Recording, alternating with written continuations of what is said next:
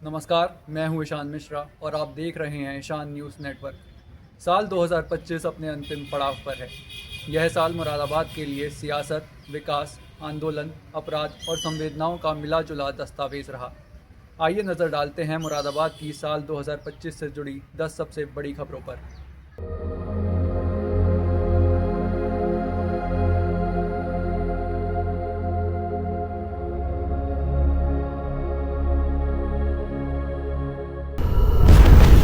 UPSTF की team ने शनिवार सुबह करीब 5 बजे मुरादाबाद में जिलाधिकारी आवास से चंद कदमों की दूरी पर एनकाउंटर कर जनपद हाथरस से बदमाशों द्वारा अपहरण किए गए जियो फाइबर के मैनेजर अभिनव भारद्वाज को आजाद कराया।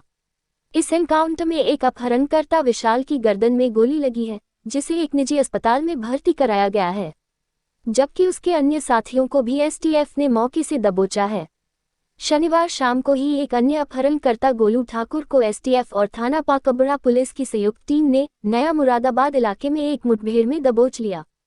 गोलू ठाकुर द्वारा पुलिस पर फायरिंग किए जाने के बाद पुलिस की जवाबी फायरिंग में गोलू ठाकुर की टांग में गोली लगी है। उसे भी अस्पताल में भर्ती कराया गया है। जानकारी के मुताबिक शुक्रवार को बदमाशों ने जियो फाइबर कंपनी के मैनेजर अभिनव भारद्वाज का हाथरस से अपहरण कर लिया था। दिल्ली के कुख्यात बदमाश टिल्लू ताजपुरिया के नाम पर अपहरणकर्ताओं ने मैनेजर की रिहाई के बदले 20 लाख रुपए फिरौती की डिमांड की थी। मुरादाबाद के सिविल लाइंस में रामगंगा विहार हाई स्ट्रीट एरिया में आनंदम कॉलोनी के सामने शुक्रवार को बलेनो सवार 5 लड़कों ने 6 स्कूली छात्राओं को कुचल दिया। कार की स्पीड 100 से भी ज्यादा थी। सीसीटीवी में दिख रहा है कि हादसे में छात्राएं कई मीटर तक हवा में उछलकर सड़क पर गिरी। सभी 6 छात्राएं घायल हैं। इनमें से 5 को शहर के हरिद्वार हाईवे स्थित विवेकानंद अस्पताल में भर्ती कराया गया है। 2 छात्राएं सीरियस हेड इंजरी की वजह से आईसीयू में एडमिट हैं। पुलिस ने मामले में कार सवार 5 युवकों के खिलाफ छेड़खानी और हत्या के प्रयास का मामला दर्ज किया है। एक घायल छात्र पर टंडन के पिता विनीत टंडन ने शगुन 19 साल पुत्र दौलत सिंह निवासी नवीन नगर, लक्ष्य 18 साल पुत्र सचिन परेजा निवासी नवीन नगर साईं मंदिर के पास, उदय 18 साल पुत्र विमल कुमार शर्मा निवासी नवीन नगर, दिव्यांशु 18 साल और यश सिरोही 18 साल को नामजद किया है। विनीत टंडन के मुताबिक ये सभी युवक छात्राओं का पीछा कर रहे थे। इनमें से लक्ष्य परेजा के पिता कपड़े के थोक कारोबारी हैं। गंज बाजार में उनकी कपड़े की रिटेल दुकान भी है। उदय के पिता सिंचाई विभाग में अवर अभियंता हैं। शगुन के पिता एक एक्सपोर्ट फैक्ट्री में मैनेजर हैं। पुलिस ने 3 युवकों शगुन, लक्ष्य परेजा और उदय को गिरफ्तार कर लिया है, जबकि इनके बाकी 2 साथी यश सिरोही और दिव्यांशु अभी पुलिस पकड़ से दूर हैं। ईशान न्यूज़ नेटवर्क के लिए शांतनु की रिपोर्ट।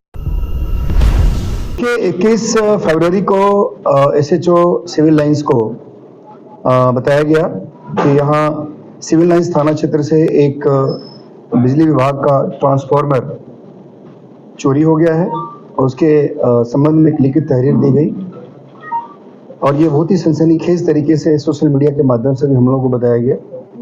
हम लोगों ने इसमें तत्काल तहरीर के आधार पर मुकदमा पंजीकृत किया और उसके बाद हमने पूरी टीम, हमारी सीओ सिविल लाइंस और एसएचओ सिविल लाइंस के नेतृत्व में हमारी टीम इस पर लगातार काम करना शुरू की।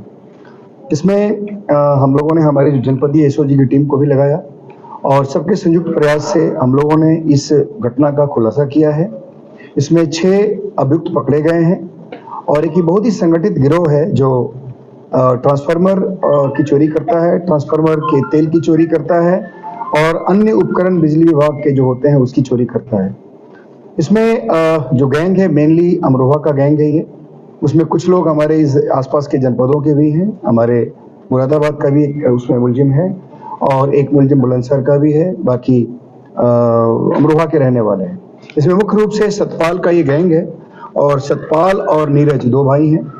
सतपाल का जो भाई है नीरज, वो जूनियर इंजीनियर बनता था बिजली विभाग का और बड़े कॉन्फिडेंस के साथ रेकी करने के पश्चात ये पहले जाकर रेकी करते थे और रेकी करने के पश्चात ये जाकर के वहां से ट्रांसफार्मर जेसीबी के माध्यम से उसको लिफ्ट करते थे और इस तरीके से लिफ्ट करते थे कि बाकी लोगों को उस पर विश्वास ना हो सके कि चोरी हो रही है, बल्कि और जब भी कोई अगर पूछताछ करता था तो अपने आप को जय बताता था नीरज। और उसके बाद चूंकि लोगों को विश्वास हो जाता था कि ये बिजली विभाग का काम चल रहा है। इसी प्रकार इन्होंने ये घटना हमारे यहाँ 13 जनवरी को की थी, जिसकी एफआईआर 21 फरवरी को हुई और हम लोगों ने इसमें 6 को गिरफ्तार किया है।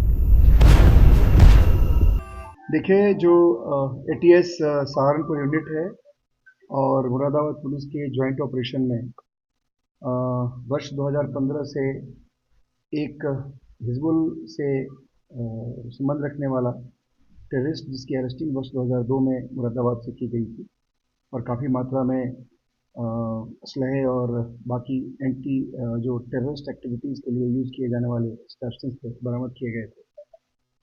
उसको सूरनकोट थाना सूरनकोट जनपद पूंछ जम्मू एंड कश्मीर से कल अरेस्ट किया गया है। बेसिकली वर्ष 2002 में 9/7 यानी 9 जुलाई 2002 को एक अरेस्टिंग हुई थी जिसमें उल्फत हुसैन नाम का ये हिजबुल से संबंध रखने वाला टेररिस्ट यहाँ मुरादाबाद में रह रहा था और उसके साथ स्थानीय यानी जो 4 लोग और अरेस्ट हुए थे जिसमें से 3 मुरादाबाद के रहने वाले थे, एक रामपुर का रहने वाला था।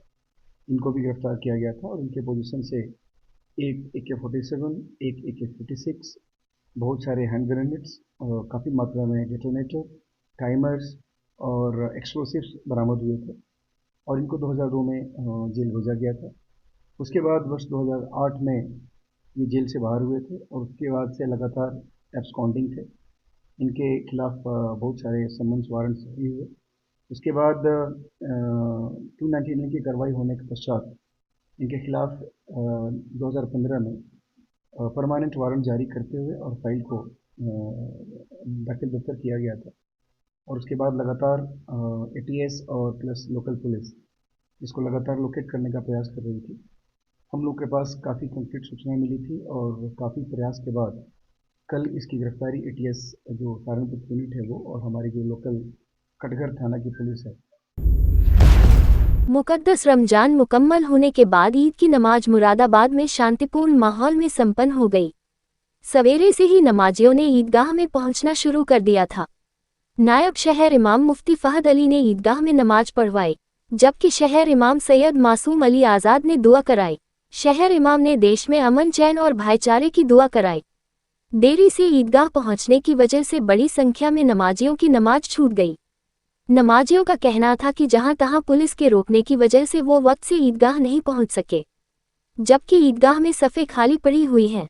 उसके बाद भी नमाजियों को ईदगाह में जाने नहीं दिया जा रहा है। बड़ी तादाद में नमाजियों की नमाज छूटने पर उन्होंने हंगामा शुरू कर दिया। हंगामा काफ़ी देर चला। मौके पर मौजूद एसपी सिटी रणविजय सिंह ने किसी तरह समझा बुझाकर लोगों को शांत कराया। उसके बाद प्रशासन ने शहर इमाम से वार्ता की, जिसके बाद ईदगाह में दोबारा नमाज अदा की गई। ईशान न्यूज़ नेटवर्क के लिए शांतनु की रिपोर्ट।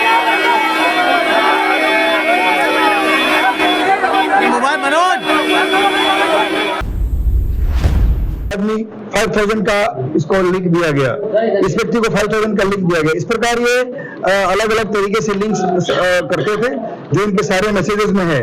जैसे आप देख सकते हैं सर, यूजर नेम पासवर्ड 50,000 का पासवर्ड दिया गया इनको, मतलब ये 50,000 का पासवर्ड लेकर यूजर आईडी बना के इनको दिया गया और 50,000 तक फिर नीचे और लोगों को बांट सकते हैं और उसमें जो गैम्बलिंग होगी उसमें से जो उतार चढ़ाव होगा उसका पैसा ये इनको मिलेगा। मुरादाबाद की सिविल लाइंस पुलिस ने आईपीएल सट्टेबाजों के बड़े गैंग का खुलासा करते हुए 9 शातिर सट्टेबाजों को गिरफ्तार किया है। गिरफ्तार सभी सट्टेबाज शहर के सफेदपोश लोगों में गिने जाते हैं। पुलिस ने उनके पास से लगभग 1.5 लाख रुपए, 10 smart mobile phone, ATM card, IPL की सट्टा लिखी पर्चियां, एक पिस्तौल, एक रिवाल्वर सहित सट्टेबाजी में प्रयुक्त अन्य सामान बरामद किया है। पुलिस इस गैंग से जुड़े अन्य सफेदपोश लोगों की सरगर्मी से तलाश कर रही है। सूत्रों के मुताबिक एक पत्रकार की सूचना पर सिविल लाइंस पुलिस ने पुलिस ट्रेनिंग कॉलेज के समीप स्थित एक मकान पर छापा मारा तो वहां पर 9 लोग आईपीएल का सट्टा कराते हुए मिले। यह मकान गिरफ्तार सट्टेबाज कौशल कपूर का बताया जाता है। पुलिस ने सभी को रंगे हाथों गिरफ्तार कर लिया। गिरफ्तार लोगों के नाम सुशील उर्फ सुरेंद्र, अभिनव, कौशल कपूर, विपुल, मनोज अरोरा, धर्मेंद्र, रोहित गुप्ता, हेमंत और शहजादे हैं। एसपी सिटी कुमार रणविजय सिंह ने बताया कि गिरफ्तार सभी सट्टेबाजों ने पूछताछ के दौरान बताया कि यह लोग लंबे समय से महानगर में आईपीएल का सट्टा बड़े पैमाने पर करा रहे हैं। करीब 10-12 सालों से ये लोग हर वर्ष होने वाले आईपीएल में लोगों को लालच देकर गेम खेलने के लिए तैयार करते हैं। मुरादाबाद शहर के अमित नागपाल, कमलदीप टंडन, राजदीप टंडन, मुकुट गोटेवाला, आशु रस्तोगी, विशाल डूडेजा, रचित रस्तोगी, सुमित और सनी सिटी टीटू उर्फ दीपक गगनेजा, विक्की छाबड़ा, कमल छाबड़ा और उनके साथ कई अन्य सफेदपोश आईपीएल की शुरुआत से ही आईपीएल के बड़े बुकी हैं। इन्हीं लोगों के लिए गिरफ्तार सट्टेबाज काम करते हैं। दिव्यांग बच्चों के लिए स्थापित सुगम्य पुस्तकालय के लिए मुरादाबाद को प्रधानमंत्री एक्सीलेंस अवार्ड मिला है। लोक सेवा दिवस पर सोमवार को विज्ञान भवन दिल्ली में आयोजित कार्यक्रम में पीएम नरेंद्र मोदी ने जिलाधिकारी अनुज सिंह को प्रधानमंत्री एक्सीलेंस अवार्ड देकर सम्मानित किया। इसी क्रम में मंगलवार को मंडल आयुक्त आंजनेय कुमार सिंह द्वारा मुरादाबाद को प्रधानमंत्री पुरस्कार मिलने पर कमिश्नरी सभागार में एक प्रेस कॉन्फ्रेंस का आयोजन किया गया। मुरादाबाद को मिले प्रधानमंत्री पुरस्कार पर मंडलायुक्त ने हर्ष जताते हुए कहा कि नवाचार श्रेणी में मुरादाबाद को मिले इस पुरस्कार से सभी अधिकारियों को अपने क्षेत्र में और अच्छे से अच्छा कार्य करने की प्रेरणा मिलेगी। कमिश्नर ने कहा कि पूरे प्रदेश में दिव्यांग बच्चों के लिए सुगम्य पुस्तकालय स्थापित करने की इस अभिनव पहल ने मुरादाबाद को एक विशेष गौरव दिलाया है। इस मिशन में जुटे जिलाधिकारी अनुज सिंह व अन्य अधिकारी व टीम प्रशंसा व बधाई की पात्र है। उन्होंने कहा कि इस दिशा में हम सभी को बहुत काम करना है। दोपहर 3 बजे के आसपास एसएचओ सिविल लाइंस को सूचना मिली कि थाना क्षेत्र में एक रामगंगा विहार चौकी क्षेत्र में परंपरा फर्स्ट कॉलोनी है, वहाँ पे एक जो बुजुर्ग महिला थी उनकी हत्या हुई है। सूचना पे सीओ सिविल लाइंस, बाकी सारी अधिकारी और हमारी जितनी स्पेशलाइज्ड टीम से सभी मौके पे हम लोग पहुँचे। पहुंचने के बाद हम लोगों ने यहाँ पे घर में 3 लोगों का होना पाया। एक जो मृतका हैं वो बुजुर्ग थी जिनकी उम्र लगभग 80 साल की है, और वहाँ एक मेड सर्वेंट और एक मेल सर्वेंट, ये दोनों यहाँ पे उस समय मौजूद बताए गए थे। और जब हम लोगों ने यहाँ छानबीन की तो मृतका को पहले ही यहाँ के लोग उनको हॉस्पिटल पहुँचा चुके थे और हॉस्पिटल में ब्रॉड डेड डिक्लेयर हो चुकी थी। यहाँ पे केवल जो मेड सर्वेंट थी वो मिली, उससे पूछताछ की गई है। उसने ये कहा है कि लगभग 2 बजे के आसपास किचन में सचिन भैया लेटे हुए थे। जब मैंने उनसे पूछा कि माँ कहाँ है, तो उसके बाद जाके दादी माँ को वो कमरे में देखने गई। उन्होंने देखा कि उनके शरीर पे एक कपड़ा पड़ा हुआ है और उसमें ब्लड लगा हुआ है और वहाँ पर वो बेड पे पड़ी हुई है। नज़दीक से उन्होंने देखा तो लगा कि पूरा का पूरा ब्लड है और वहाँ से चिल्लाते हुए बाहर निकली। सचिन को उसने आवाज़ दी। सचिन ने मना किया कि नहीं ऐसा कुछ नहीं है और उसको पकड़ने का प्रयास किया। उसके बाद वो बाहर गई, बाहर करके उसने शोर मचाया, काफ़ी लोग अंदर गए। उसके बाद वहाँ से दरवाज़ा को तोड़ करके और डेड बॉडी वहाँ से जो उस समय वो ऑलमोस्ट डेड थी उनको लेकर के वहाँ से लोग गए हॉस्पिटल, वहाँ ब्रॉड डेड डिक्लेयर हुई है। और उसके बाद ये सचिन यहाँ से भाग गया है। हम लोगों ने यहाँ पे सारे एविडेंसेस कलेक्ट किए हैं। उसमें देखने से स्पष्ट रूप से पता चल रहा था कि ये घटना सचिन के द्वारा की गई है।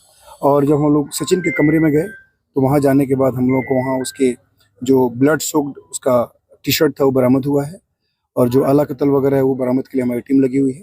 अब तक की छानबीन से और जो पूछताछ की गई है मेड सर्वेंट से, उससे स्पष्ट हो रहा है कि ये घटना सचिन के द्वारा की गई है। सचिन को पकड़ने के लिए हमारी 4 टीमें लगी हुई हैं। जैसा कि आप सभी अवगत हैं, थाना बूढ़ा पांडे में एक किडनैपिंग की सूचना मिली थी और उस सूचना पे तत्काल कार्रवाई करते हुए एसएचओ बूढ़ा पांडे अपनी टीम के साथ घेराबंदी की। उनके चौकी क्षेत्र रोंडा झोंडा में जो किडनैपिंग थे उनकी 2 गाड़ियां थी। उन्होंने 2 गाड़ियों से 6-7 लोगों का किडनैपिंग किया था और किडनैपिंग करके जब वो जा रहे थे तो रास्ते में एक जुल्फिकार, जो जिस गाड़ी में लोग आ रहे थे गाजियाबाद दिल्ली से, जिनका किडनैपिंग हुआ था, उस गाड़ी का जो ड्राइवर था वो कूद करके बाहर निकल गया और उसने पुलिस को फोन की थी। और जिन 2 गाड़ियों में लोग थे ये सारे लोग एक जगह पे स्पॉट हुए और जो किडनैपर्स थे वो भी साथ में थे। पुलिस को देखते हुए उन लोग वहां से भागे और भागने के बाद पुलिस ने उनका पीछा किया। उसमें पुलिस के ऊपर उन लोगों ने अटैक भी किया। जवाबी कार्रवाई में 2 घायल भी हुए थे। इनकाउंटर में दोनों अरेस्ट हुए।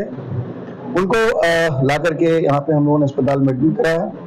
उनसे पूछताछ की गई और पूछताछ में उन्होंने ये बताया कि जो किडनैपिंग इन लोगों ने की थी 7 लोगों की, उस किडनैपिंग के पीछे एक मोटिव था और मोटिव ये था कि इसमें से कुछ लोग दुबई से आ रहे थे और उनके पास गोल्ड होने की संभावना थी, क्योंकि उन लोगों ने गोल्ड एक तरह से कंसील किया हुआ था अपने स्टमक में, और उसको लेने के लिए इन लोगों ने किडनैपिंग की थी। इस बात पे हम लोगों ने ऐसे जो इनकाउंटर हुआ था उसमें मुकदमा पंजीकृत किया था, और मुकदमा पंजीकृत करने के बाद उसकी मेडिकल उड़ताल भी हुई। उसमें उसी इन्वेस्टिगेशन के प्रोसेस में जो लोग किडनैप हुए थे उनका भी हम लोगों ने मेडिकल कराया था।